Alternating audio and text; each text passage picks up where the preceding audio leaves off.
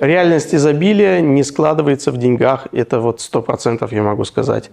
Потому что, ну, это просто ошибка мозга. И некоторые думают, что если я хочу много денег, это много что разрешит. Ты придумай, что это разрешит. То есть нужно фокус иметь как мечту? Цель какая, да?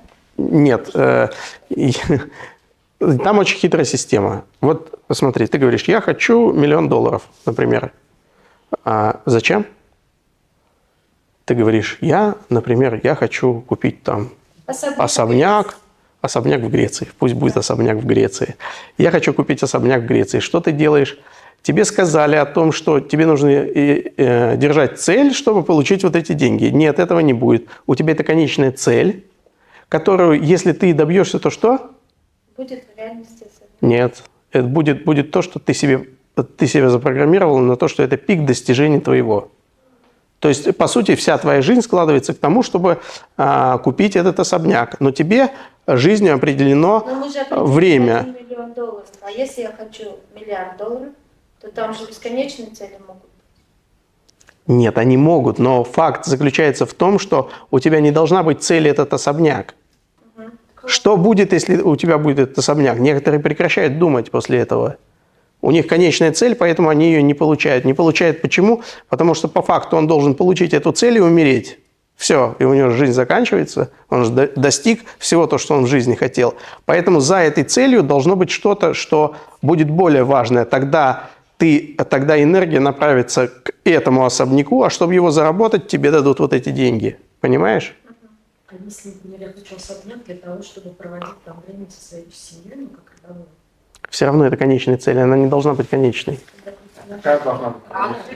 Любое предположение. Любая цель, но она должна быть главнее, чем ту, которую вы хотите, да. На примере можно какую-нибудь цель, просто как пример? Вот, например, она говорит, мне нужно столько-то $1 000 000 для того, чтобы купить особняк в Греции. Какая должна быть еще другая цель за этой целью? Например, Ну, а что ты меня спрашиваешь? Ну, придумай какую-то. Мне не нужен особняк в Греции. Если бы он мне был нужен, я бы сказал, какая за ним цель. Что я сейчас буду фантазировать. Нужно начинать всегда с малого. Вот есть какая-то небольшая цель. Ну, небольшую цель. Ну, допустим, захоти ты какой-нибудь колье, или, ну, которое там стоит там, $5 миллионов. Ну, что-то небольшое, чтобы ты получил на это деньги. Что?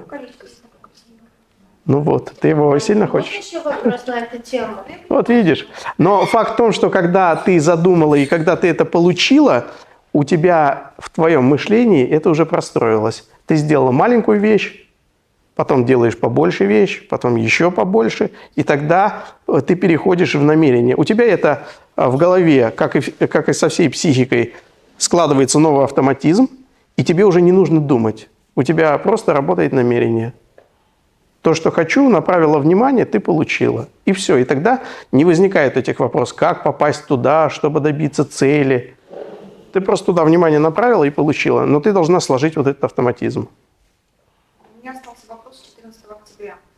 Когда тоже был похожий какой-то вопрос про деньги, вы сказали, что на привлечение денег нужно работать с денежным эгрегором, а денежным эгрегором нужно работать на отталкивание. Да, все правильно. На отталкивание работать с эгрегором. Это денежный эгрегор, это про «я хочу денег». И ты хочешь денег, и он тебе дает деньги.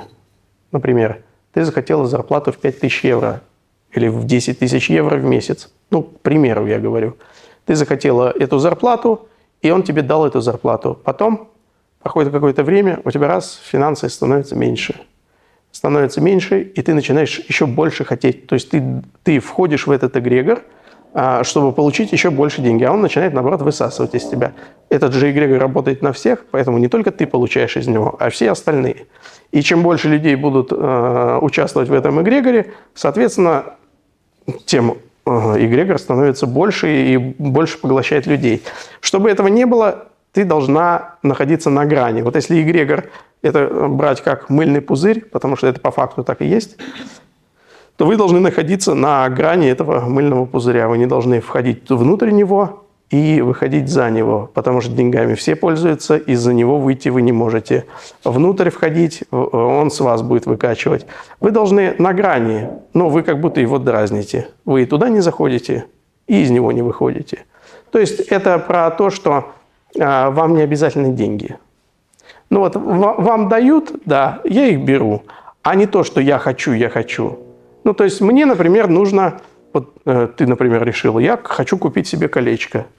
Все, ты думаешь не о деньгах, где я достану денег, чтобы купить это колечко. Ты просто его хочешь. И все. А деньги тебе придут. Почему они придут? Чтобы тебя затащить в этот же эгрегор. Понимаешь? А потом ты будешь как думать? Когда ты деньги получишь, ты будешь думать, на эти деньги купить колечко или на что-то на другое потратить. И ты будешь думать о деньгах, он тебя будет переключать на деньги. Понимаешь? В этом смысл. Ты просто не должна этого делать. Не переключаться на деньги. Тогда ты будешь, тебе будут приходить просто деньги для реализации чего-то, того, что тебе нужно. Но у тебя за одной хотелкой должна быть другая хотелка. За этой еще одна хотелка. И неважно, что будет в жизни происходить, и какие коллапсы, куда нужно потратить деньги, ты все равно должна закрывать эти хотелки.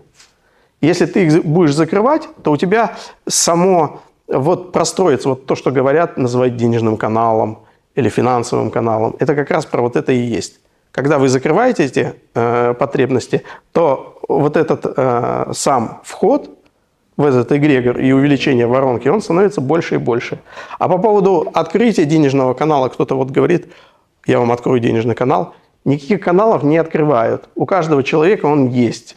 Просто нужно грамотно расставить приоритеты. И все. Вот забудь вообще о деньгах. Речь идет о деньгах, я понимаю. Но если ты забываешь о деньгах, а у тебя в голове только цели, то, что нужно. У тебя только цели, ты даже не обратишь внимания и не заметишь, как у тебя откуда-то начнут появляться деньги на это. И ты не должна на это внимание обращать, потому что это просто, это же энергия. Деньги – это энергия. Все, ты ее куда направишь, туда она и пойдет. Поэтому ты не о деньгах думаешь, а о целях. И реализовываешь цели, обязательно реализовываешь. Потому что если ты что-то захотела, тебе пришли деньги именно на это. Они обычно приходят на это, то, что ты желаешь. И ты взяла деньги, потратила на другое, а цель не реализовала, то это будет убыток в дальнейшем. Поэтому нужно обязательно тратить деньги на то, что ты задумала.